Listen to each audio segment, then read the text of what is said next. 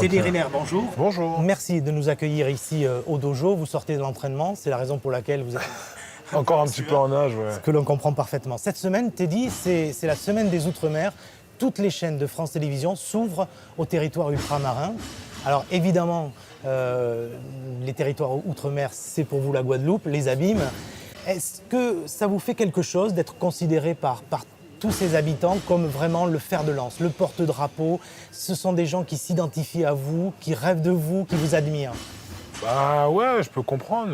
Moi, je suis l'enfant des Antilles, je suis l'enfant de la Guadeloupe, je suis né là-bas. Donc par mes origines, forcément, la jeunesse, les gens, les grands-parents, ma famille s'identifient. Et puis aussi par mes résultats, puisque j'essaye à chaque fois repousser les limites. Aujourd'hui, c'est vrai que j'ai un beau palmarès, mais j'ai encore besoin de l'étoffer, j'ai encore envie de l'étoffer. Et je pense aussi, on a reçu une bonne éducation, qu'on reste simple et qu'on essaie de faire avancer certaines choses, les gens sont reconnaissants par rapport à ça. Et la Guadeloupe, ce sont vos racines et c'est dans votre cœur partout où vous allez. Oui, bien sûr, ça fait partie de moi. La Guadeloupe, c'est moi, c'est dans mon sang, c'est ma culture, c'est là d'où je viens, c'est les Antilles, c'est la Caraïbe, c'est plein de choses, c'est plein de valeurs, ouais.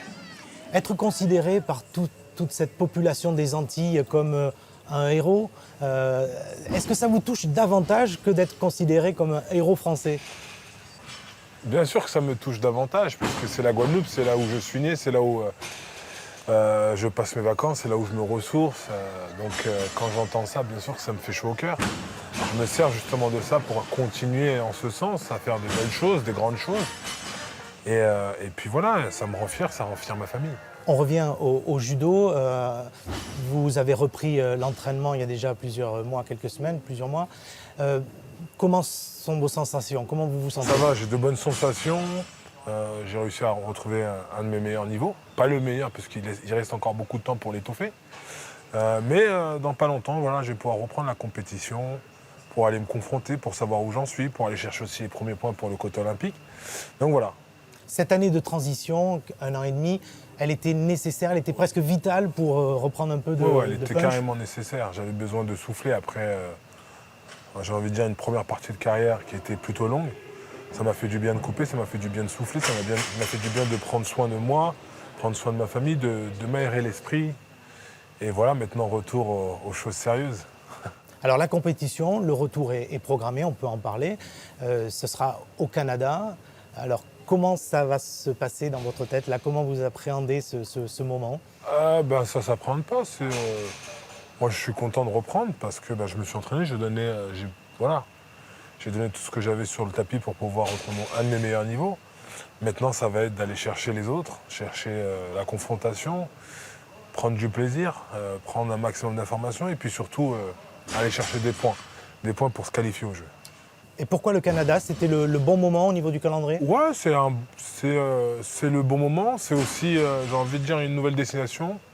Voyager, c'est ce qu'on aime faire aussi, nous sportifs. Aller chercher une distance un peu plus éloignée par rapport à 2020 où on sera dans les mêmes conditions avec un gros décalage. Donc voilà, commencer à bosser en ce sens.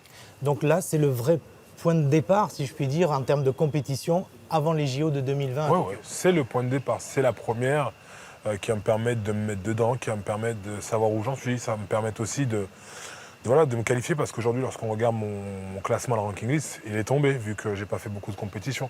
Donc c'est un tout. C'est une reprise, c'est chercher les sensations, c'est aller chercher l'opposition et c'est aussi aller chercher les points. Quand on s'arrête comme ça pendant 1 an et demi, est-ce qu'il n'y a pas un moment où on doute un peu? Est-ce que finalement je serai capable de reprendre? Est-ce que j'aurai l'énergie, la force, la volonté? Je pense que on a plus cette impression-là lorsqu'on est à l'entraînement. Maintenant, il y aura des questions. Forcément, il y aura un petit peu de pression parce que c'est l'appréhension de la reprise de compétition. Mais voilà, quand l'envie est là, tout va. Donc cette envie, elle va vous conduire donc au JO de Tokyo avec Je l'objectif l'espère. de la médaille d'or, j'imagine. Exactement. Si on se projette sur Tokyo, on va voir comment ça se présente. Est-ce que vous vous projetez davantage plus loin encore, 2024 Paris, ou c'est pas le moment, chaque chose en son temps? C'est un objectif. C'est un objectif de terminer à Paris. Mais j'ai pas envie de mettre la charrue avant les bœufs. Il faut se dire que c'est Tokyo. L'objectif numéro 1, c'est Tokyo. Quand Tokyo sera fait, là, on prendra des décisions. Mais pour l'instant, c'est vraiment Tokyo. On ne se pose pas de questions et on se laisse le temps faire les choses les unes après les autres. Avec un coin de la tête quand même le fait que ce soit à Paris, à la maison en 2024 et Bien que sûr, ça serait un rêve, ça serait un objectif de fin de carrière. Mais d'abord, j'ai pas envie de penser à Paris, je veux d'abord réaliser de belles et grandes choses à Tokyo. on va conclure cet entretien parce que je sais que votre temps est compté avec un retour sur la Guadeloupe. Qu'est-ce que vous avez envie de leur dire aux Guadeloupéens qui vous regardent et qui vous admirent, comme je vous l'ai dit tout à l'heure? Toujours être derrière moi, me soutenir et me donner la force de continuer. C'est tout. Merci Teddy. Merci à vous.